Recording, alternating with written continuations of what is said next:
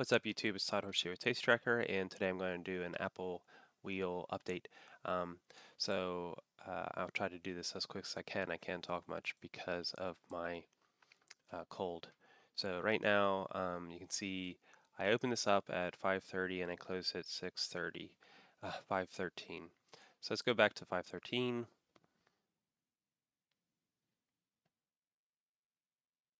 Okay, so that's right in here. At that point, to me, it was looking like it was going to potentially break over the SMAs, although realistically, the first time through usually has trouble getting through. So unsurprisingly, it came in here, but this is a pretty tight range where I don't mind it. Again, if it came down here and found support at this green line here or on this white line, excuse me, anywhere in this range was okay. It was a pretty tight range. Um, and let's see what I started off selling. Okay, so I started with the 124. So even at that time, it was kind of an at the money spread. I guess I'm also looking here at MACD starting to turn up and RSI being in a good range where it's got plenty of room to run if it wants to, and what I perceived to be little downside. Okay, so we did come back down here and test it again. All the while I'm ranging in the 124 to 127, 128 range on my strike. But then we come back down and test the green/white line again. And then from there, we've had basically a straight line up. At this point, though, now we're at the top of the RSI. You can already see today we're having a down day. Well, I exited yesterday. MACD is turning down. RSI is turning down. We can see in the past here when we've hit these levels, we have had a pullback at least to the 20-day. So I would expect to pull back down to 131 would at least make sense at the very least, if not further than that. Okay, so that's kind of what I'm looking at the chart.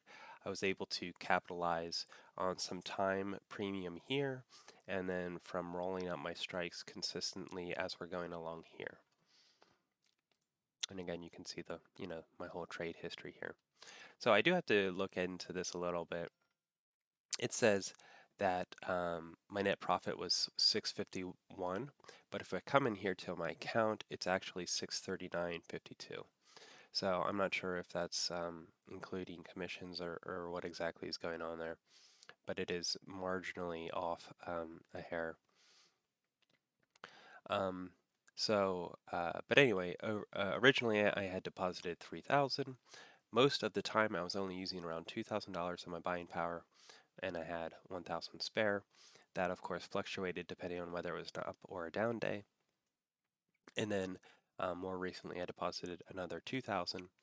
But we can look over the life of the was a 48-day hold. So if I take here and do 639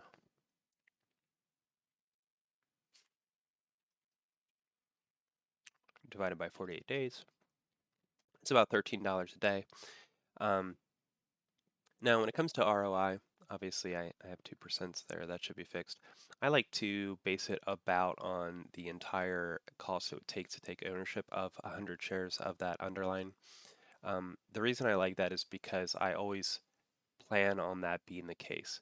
While this stretch did not end that way, I was fully prepared for it to end that way. So I calculate the ROI as around 5%, which ROI can be much, much higher when doing spreads.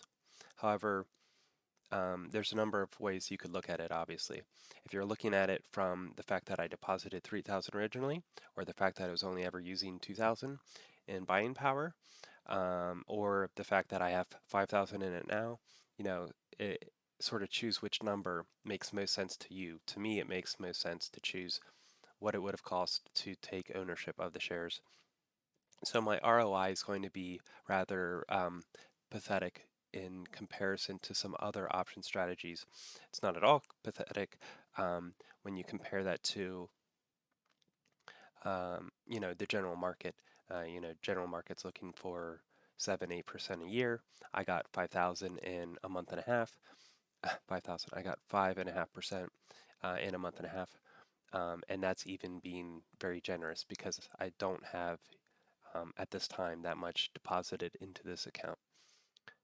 So, what is better to look at when you're talking about short puts here is just the dollar value.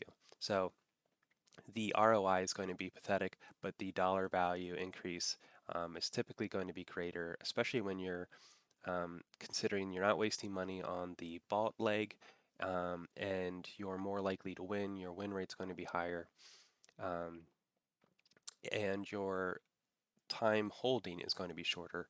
Um, because it's going to be losing that extrinsic value that much quicker because it's not being offset by the long leg. So anyway, yeah, that's sort of the summary here.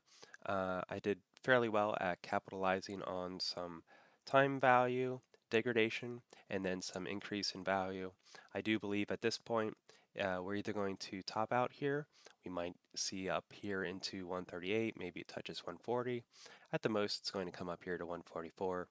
And yes, I'll have missed out on this last quarter of the move here. That's a risk I'm willing to take, looking at these other indicators showing that it could be weakening soon. Um, and I'll bide some time here, let it reset. I'll think about re-entering when it comes down here, hits the 20. If it comes down here below or bounces off of the 50 and 100 day, that would be really great time to enter. Again, we have this ascending white line here.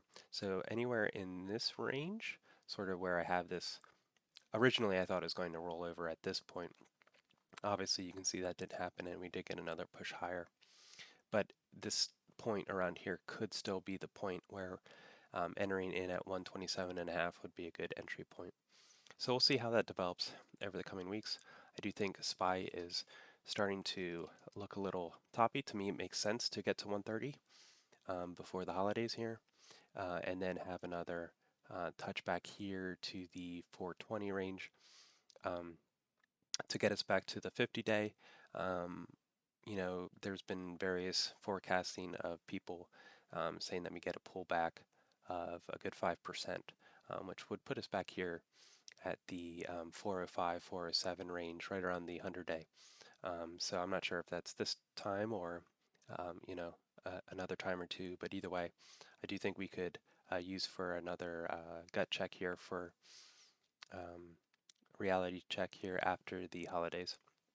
But as it stands at the moment, I'm completely out of the position. I'm satisfied with this run, $600 in a month and a half on a small account, or what I would consider to be a fairly small account. Is definitely nothing to laugh at. So hopefully you guys were able to learn something along that go. And I'll keep this account going.